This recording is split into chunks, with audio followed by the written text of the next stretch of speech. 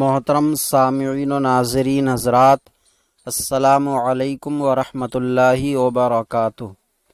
بسم اللہ الرحمن الرحیم، الحمد للہ رب العالمین، والصلاة والسلام علی محمد سید المرسلین وعلی آلہ واصحابہ اجمعین۔ اللہم افتح علینا حکمتک وانشر علینا رحمتک یا ذا الجلال والاکرام۔ قارئین حضرات، مصباح الانشاء حصہ اول میں آج ہمارا سبق نمبر 2 سے ہے۔ یہ گول دائرے میں نمبر 2، مخلوقات میں واحد اور جنس کے درمیان فرق کرنے کے لیے زیادہ تر تا کا اضافہ ہوتا ہے۔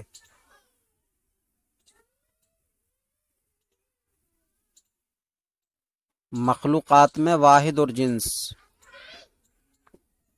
جو چیزیں اس میں جنس ہیں تو ان میں واحد اور جنس میں فرق کرنے کے لیے عربی میں تا کا استعمال ہوتا۔ جیسے ثمر، پھل، تو پھل جو ہے یہ عربی میں ثمر، عربی میں مخلوقات کے درمیان جنس ہے، تو اس میں فرق کرنے کے لیے جنس اور واحد میں تا کا اضافہ کیا جاتا۔ ثمر کا معنی پھل، ایک ہو یا زیادہ ہو، اور اس میں تا لگا دیتے ہیں واحد کرنے کے لیے، تو ثمرتن، ایک پھل معنی ہو جاتا، ایک پھل۔ اسی طرح پھل اردو میں بھی، لفظ پھل اردو میں اس میں جنس ہے، ایک پھل کو بھی پھل کہتے ہیں اور بہت سارے پھل کو بھی پھل بول دیتے ہیں۔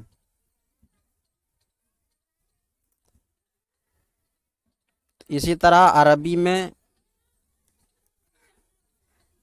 ثمر، ایک پھل کو بھی اور بہت سارے پھلوں کو بھی، لیکن خاص اگر ایک ہی کرنا ہو تو اس میں تا لگا دیتے ہیں، ثمرتن تو معنی ہو جاتا ہے ایک پھل۔ تمر اور تمرتن، تمر اور تمرتن، تمر کا معنی کھجور، چاہے ایک ہو یا زیادہ، اور تمرتن ایک کھجور، یہ واحد ہو گیا۔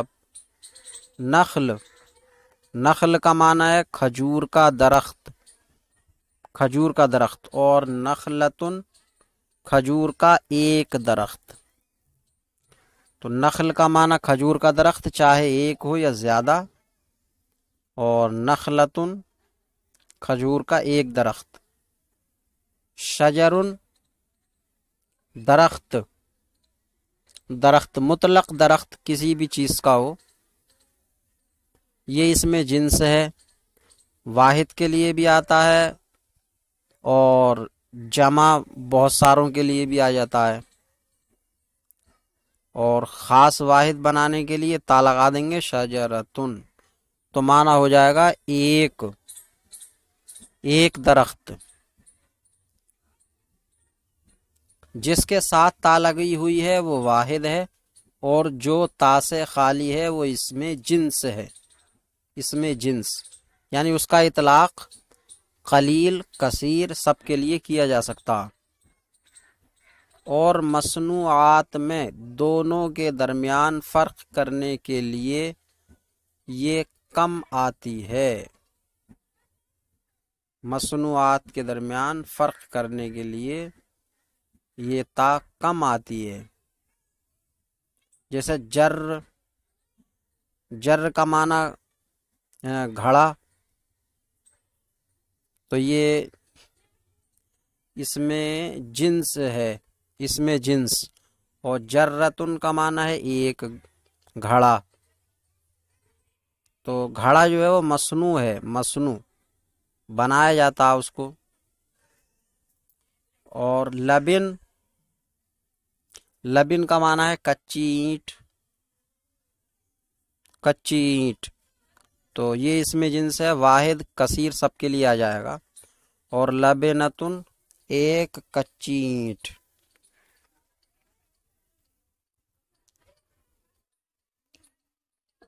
سفین کا معنی ہے کشتی، یہ اس میں جنس ہے، واحد کثیر سب کے لیے ہے، اور سفینتن ایک کشتی، یہ واحد ہو گیا۔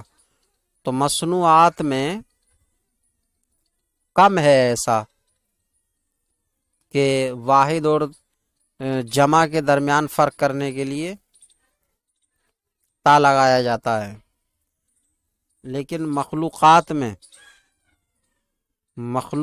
میں جو ہے زیادہ تر ایسا ہوتا ہے کہ واحد کے لیے تا لگاتے ہیں اور جمع کے لیے بغیر تا کے آتا، جیسے یہ سب اوپر مثالیں تھیں، ثمر ثمرہ، تمر تمرہ، نخل نخلہ، شجر شجرہ، اور مصنوعات میں کم ہے۔ یہی چند اس طریقے کے کلمات ہیں، جیسے جر جرہ، لبن لبنہ، اور دو چار ہیں اس کے علاوہ۔ نمبر 3، یہ تا کبھی مبالغے کے لیے آتی ہے، تائے تانیث میں جو تا گنائی ہے یہ کبھی مبالغے کے لیے آتی ہے، جیسے علامتن، اس کا معنی ہے بہت علم والا، علامتن بہت علم والا، تو اس میں تا جو ہے وہ مبالغے یعنی زیادتی کے لیے ہے۔ مبالغے کا معنی ہوتا ہے زیادتی بیان کرنا، تو زیادتی کے لیے ہے۔ فہامتن بہت زیادہ سمجھدار، بہت زیادہ سمجھنے والا، یہ بھی مبالغے کا صیغہ ہے، اس میں تا جو ہے یہ مبالغے کے لیے۔ رحالتن، رحالتن سیاح، رحالتن کا معنی ہے سیاح، اس میں بھی تا جو ہے وہ مبالغے کے لیے، بہت زیادہ سیر و تفریح کرنے والا، گھوم پھرنے والا۔ اور داعیتن مبلغ،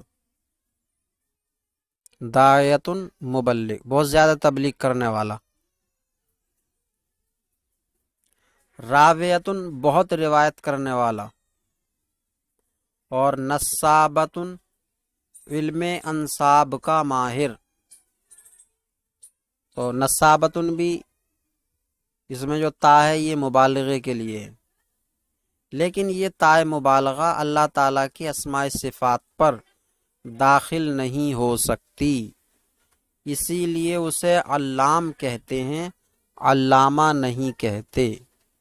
اللہ کو علام کہتے ہیں، علامہ نہیں کہتے، کہ یہ تا جو ہے اللہ تعالیٰ کے اسماء پر داخل نہیں ہوتی۔ نمبر 4، مؤنث معنوی کی درجے ذیل صورتیں ہیں۔ مؤنث معنوی جو ہے اس کی کئی صورتیں ہیں۔ نمبر 1 صورت ہے عورتوں کے نام، جو عورتوں کے نام ہیں وہ مؤنث معنوی ہیں، جیسے زینب، ہند، سعاد، مریم وغیرہ، تو یہ سب عورتوں کے نام جو ہیں مؤنث معنوی ہیں۔ الف ہے، یہ الف درجے ذیل صورتیں ہیں، الف عورتوں کے نام، با وہ اسماء جو عورتوں کے لیے مخصوص ہیں، عورتوں کے لیے مخصوص ہیں، جیسے امن، بنتن، اختن، تو یہ مؤنث معنوی ہیں، نام تو نہیں ہے یہ، امن ماں اور بنتن لڑکی، اختن بہن، لیکن عورتوں کے مخصوص ہیں یہ، عورتوں کے لیے۔ جیم ملکوں، شہروں، قبیلوں اور جماعتوں کے نام، یہ بھی مؤنث معنوی ہیں۔ ملکوں کے نام یا شہروں کے نام، قبیلوں کے نام، جماعتوں کے نام۔ ملکوں کے نام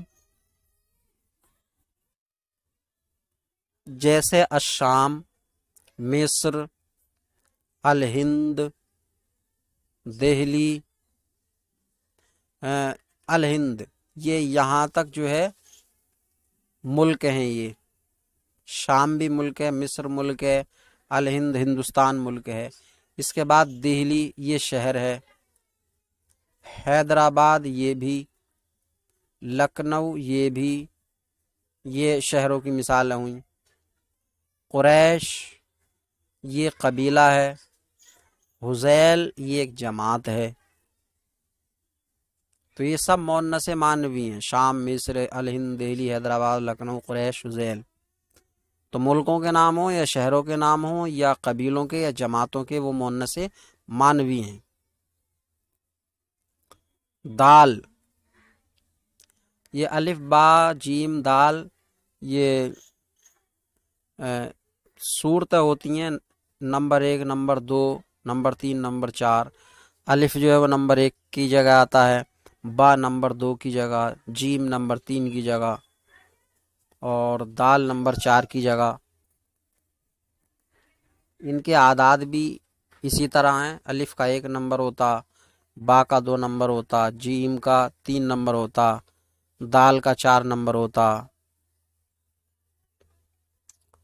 تو دال، جسم کے وہ اعضاء جو جوڑے جوڑے ہوں، وہ بھی مؤنث معنوی ہیں۔ جسم کے وہ اعضاء جو جوڑے جوڑے ہیں، جیسے عین، آنکھ، آنکھ بھی جوڑا ہے، مؤنث معنوی ہے عین۔ رجل، پیر، پیر بھی 2 ہیں، تو رجل بھی مؤنث معنوی ہے۔ اذن، کان، کان بھی جوڑا ہے، یہ بھی مؤنث معنوی ہے۔ یدن، ہاتھ، یہ بھی جوڑا ہے، یہ بھی مؤنث معنوی ہے۔ لیکن اس قسم اخیر کا حکم کلی نہیں بلکہ اکثری ہے، یعنی جسم کے جو اعضاء جوڑے جوڑے ہیں وہ مؤنث معنوی سب کے سب نہیں ہیں۔ یہ تو ہیں عین، رجل، اذن، یدن، یہ تو مؤنث استعمال ہوتے ہیں، لیکن آگے جو آ رہے ہیں یہ مؤنث استعمال نہیں ہوتے۔ لیکن اس قسم اخیر کا حکم کلی نہیں بلکہ اکثری ہے، کیونکہ اس میں درجے ذیل اسما جفت ہونے کے باوجود، جفت یعنی جوڑا ہونے کے باوجود مذکر ہی استعمال ہوتے ہیں، مؤنث استعمال نہیں ہوتے۔ جیسے الصدغ، الصدغ، المرفق، اور الحاجب، الخد، اللحی۔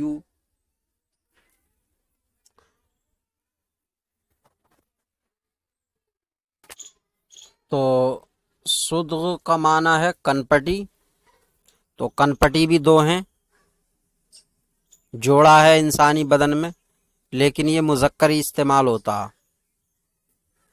المرفق، اس کا معنی ہے کوہنی، کوہنی بھی جوڑا ہے، جفت ہے، لیکن یہ بھی مذکر ہی استعمال ہوتا۔ الحاجب، الحاجب کا معنی ہے بھون، بھون بھی جوڑا ہے لیکن مذکر ہی استعمال ہوتا۔ الخدو، گال، رخسار، یہ بھی 2 ہیں لیکن مذکر ہی استعمال ہوتا۔ اور اللحیو، اللحیو، اللحیو کا معنی ہے جبڑا، تو جبڑے بھی 2 ہیں، جوڑا ہے لیکن یہ بھی مذکر ہی استعمال ہوتا۔ تو اوپر ذکر کی قاعدے سے یہ الگ ہے۔ صدغ، مرفق، حاجب، خد، لحیو، یہ جوڑا ہونے کے باوجود مذکر ہی استعمال ہوتے ہیں۔ تو انسانی بدن میں اکثر اعضاء ایسے ہیں جو جوڑا ہیں تو وہ مؤنث مانوی ہیں، مؤنث استعمال ہوتے ہیں، لیکن کچھ مذکر ہی استعمال ہوتے ہیں۔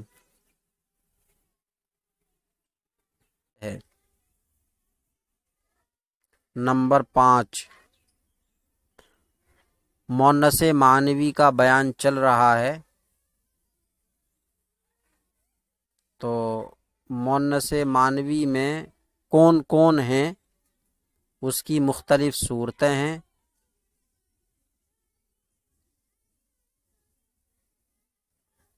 بلکہ یہ نمبر 5 نہیں بلکہ ہا ہے، ہا، یہ ابجد اور حوض کی ہا ہے، تو ہا سے ہے۔ مؤنث مانوی کی مختلف صورتیں ہیں، 4 صورتیں دال تک مکمل ہوئیں، یہ 5ویں صورت ہے جو اسماء مؤنث مانوی استعمال ہوتے ہیں۔ تو ہواؤں کے نام مؤنث مانوی استعمال ہوتے ہیں، جیسے صبا، ہوا کا نام ہے پروائی ہوا، پروائی ہوا کو صبا بولتے ہیں، اور صبا یعنی پروائی ہوا کے مقابل ہوا کو دبور بولتے ہیں، دبور، جو نیچے دیا ہے، نیچے نہیں آگے اس کے، صبا قبول دبور، تو صبا کے مقابل ہوا کو دبور، تو صبا یہ مؤنث مانوی ہے، اسی طرح دبور یہ بھی مؤنث مانوی ہے، ہواؤں کے نام ہیں دونوں۔ قبول، یہ قبول بھی بعد صبا کے معنی میں ہی ہے، پروائی ہوا، اور دبور تو آ گیا کہ یہ صبا کے مقابل ہوا کو دبور کہتے ہیں۔ جنوب، جنوب کا معنی ہے دکن سے چلنے والی ہوا، جو ہوا دکن کی طرف سے چلتی ہے اس کو جنوب بولتے ہیں۔ شمال،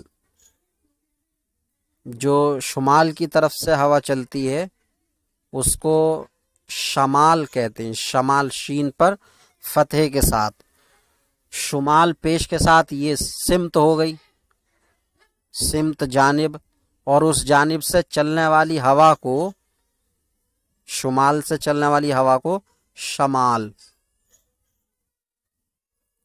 حیف، حیف کا معنی ہے گرم ہوا، حیف کا معنی گرم ہوا، جو انسانوں جانوروں کو پیاسا کر دے اور کھیتیوں کو سکھا دے اور پانی کو زمین میں خشک کر دے، تو ایسی ہوا کو حیف بولتے ہیں۔ حیف، گرم ہوا۔ حرور، حرور کا معنی بھی گرم ہوا ہے جو رات میں چلے، اور سموم کا معنی مطلق گرم ہوا، رات میں یا دن میں کوئی قید نہیں ہے۔ حرور کا معنی ہے رات میں چلنے والی گرم ہوا، اور سموم مطلق گرم ہوا۔ اور سور، سور اس کا معنی ہے تیز چلنے والی ہوا، آندھی، آندھی۔ تو یہ تمام ہواؤں کے نام ہوئے، یہ سب کے سب مؤنث مانوی ہیں۔ ان کے علاوہ یعنی یہ الف سے لے کے اور ہا تک جتنے اسما بتائے گئے مؤنث مانوی، ان کے علاوہ کچھ اور اسماء مؤنث ہیں